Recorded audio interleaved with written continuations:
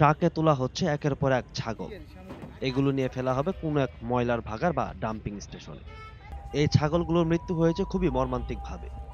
বুধবার মধ্যরাতে ঢাকা-রিচা মহাসড়কের সাভারের পুলিশ টাউন এলাকায় এই যে বাস দেখতে পাচ্ছেন, এই বাসে যখন আগুন ধরে পুড়ে যায়, সে বাসের লকারে, অর্থাৎ যেটাকে বলা হয় মালের বাক্স, যেখানে যাত্রীদের লাগেজ মালামাল নেওয়া হয়, সে বাক্স ভর্তি ছিল শুধু ছাগল আর ছাগল।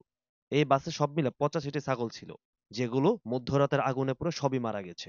কোনোটি মরেছে আগুনে পুড়ে, কোনোটি শ্বাসকষ্টে।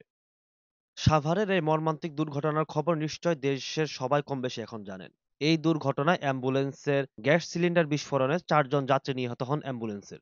এর বাইরে যে সবচেয়ে মর্মান্তিক খবর, সেটি হচ্ছে এই 85টি ছাগলের মৃত্যু, যেটি 4 জন মানুষের মৃত্যুকেও ছাড়িয়ে গেছে। বাসের লকআপের ভেতর আটকে পড়া ছাগলের এই মৃত্যু যারা দেখেছেন, তাদেরই ভেতর আটকে উঠেছে। সবার একটাই প্রশ্ন, কিভাবে পারলো ছাগলগুলোকে এইভাবে দেশের উত্তরাঞ্চল থেকে ঢাকায় নিয়ে আসতে?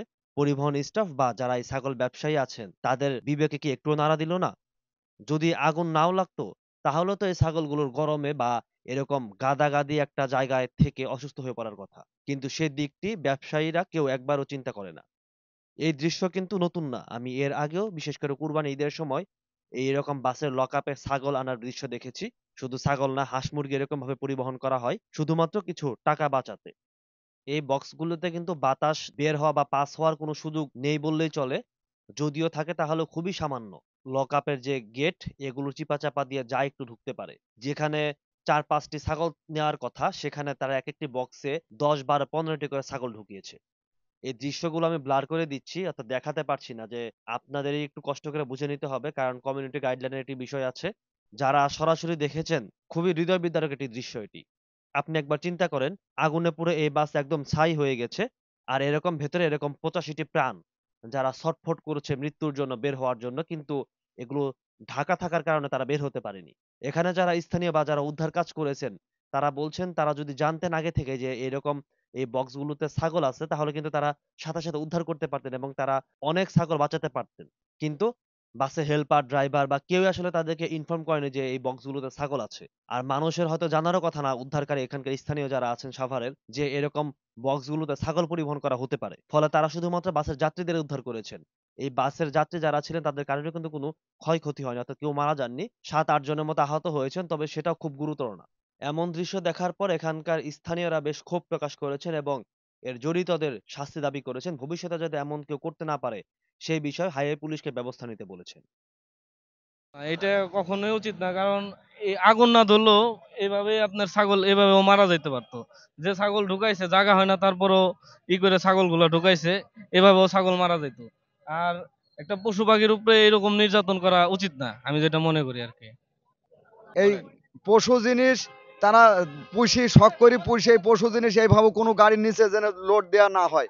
আপনারা এটা দেখেন, যদি কোনো গাড়িওয়ালারা যদি পশু যদি এভাবে লোড দেয় ইঞ্জিনের তলে, তাদেরকে ধরে জরিমানা করা হোক। এই লোভের জন্য একটা লোভে লোভে পড়ি, টাকার লোভে একটা পোষা জিনিস যেটা মানুষে অতি শখ করে পুষে বাড়িতে, আর সেই জিনিসটা ইঞ্জিনের তলে, ইঞ্জিনটা যখন চালানো হয় তখন ইঞ্জিনটা গরম হয়। গরম হলে জীবগুলো খুব কষ্টে বিরাজ করে। এই কষ্ট করে এইভাবে যানগুলা যে গেছে, গাড়ি কোনো গাড়িতে যেন এটার কোনো গাড়িওয়ালারা যেন না তোলা হয়, এটা আপনারা একটু দেখেন। যারা অন্যায় করছে, যারা গাড়ির ড্রাইভার, গাড়ির সুপারভাইজার, তাদের উপরে একটা ভালো একটা চাপ সৃষ্টি করা দরকার আছে। এটা তো হয়তো আগুন যদি না ধরতো, তাহলে তো গাড়ির যে ইঞ্জিনের তাপে, ওই তাপে তো ছাগলগুলো অসুস্থ হয়ে পড়তো। এই বিষয়ে আপনার একটা ভালো একটা আইনের আওতা আনেন, তার ড্রাইভারকে বা গাড়ির মালিককে। এটা আপনার দেখা উচিত, এটা মালিক পক্ষ থেকে। এমন ছাগলের মর্মান্তিক মৃত্যু এবং ছাগল পরিবহনের যে কায়দা কানুন, এটি দেখার পর হাইওয়ে পুলিশের পুলিশ সুপারও বেশ অবাক হয়েছেন।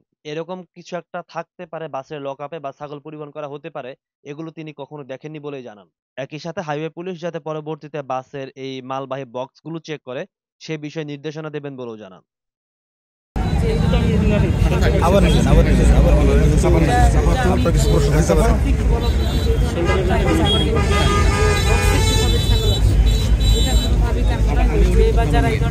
তুই আবার নিবি। আবার নিবে, এইগুলা ব্যবস্থা আবার নিবি, আবার দিব। আপনারা মানে হাইওয়ে টহল টিম যদি একটু মানে চেক করা হয় হাইওয়ে পুলিশ যখন নিয়মিত করে যাচ্ছে, কিন্তু ব্যাপার হচ্ছে যে বক্সে তো সাধারণত মানতে হবে। সেখানে যখন হাইওয়ে পুলিশ রেডি টহল দেখা হয়েছে বক্সে যখন তারা অন্যান্য দ্রব্য দিচ্ছে তখন কিন্তু তারা যথাযথ হিসেবে দিচ্ছে না।